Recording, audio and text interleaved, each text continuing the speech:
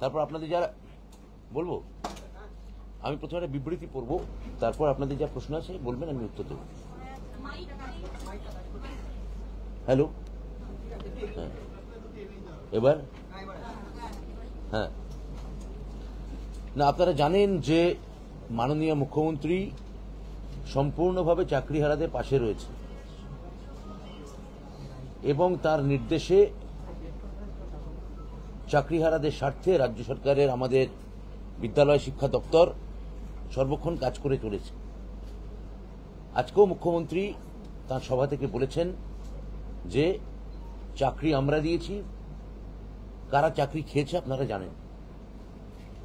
আমি যেটা এখানে প্রথম দিন বলেছিলাম যে আমরা না হয় এই কেসটায় সুপ্রিম কোর্টে হেরেছি, কিন্তু জিতলো কারা?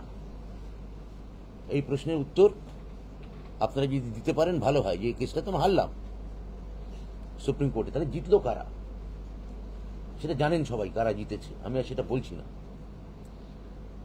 এই যে আমরা কাজ করে যাচ্ছি এটা মাথায় রাখতে হবে। একই সঙ্গে আমরা কিন্তু পুরো প্রক্রিয়াটা মহামান্য ন্যায়ালয় অর্থাৎ সুপ্রিম কোর্টের পুরো বিষয়টা এখনো বিচারাধীন আছে। আমরা এটাও জানিয়েছি আপনাদের মাধ্যমে যে দ্রুত আমরা রিভিউ পিটিশনে আমরা যাচ্ছি, অর্থাৎ আইনি প্রক্রিয়া এখনো চালু তথা লাগু আছে এবং আমরা সুপ্রিম কোর্টের মহামান্য বিচারপতিরা যে নির্দেশ দিয়েছেন তা আমরা অক্ষরে অক্ষরে পালন করতে আমরা বিশেষভাবে দায়বদ্ধ।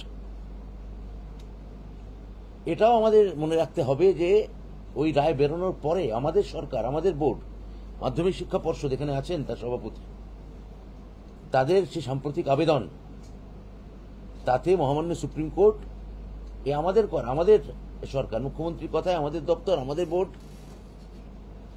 আবেদন করেছিলেন এবং তার জন্য ইতিমধ্যে সুপ্রিম কোর্ট 31শে ডিসেম্বর 2025 পর্যন্ত উপযুক্ত শিক্ষকদের কাজ চালিয়ে যাওয়ার জন্য ইতিমধ্যেই বলেছেন।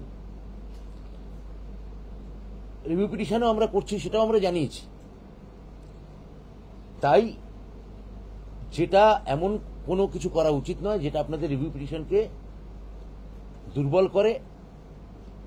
মহামান্য সুপ্রিম কোর্টের যে নির্দেশ তা লঙ্ঘিত হয়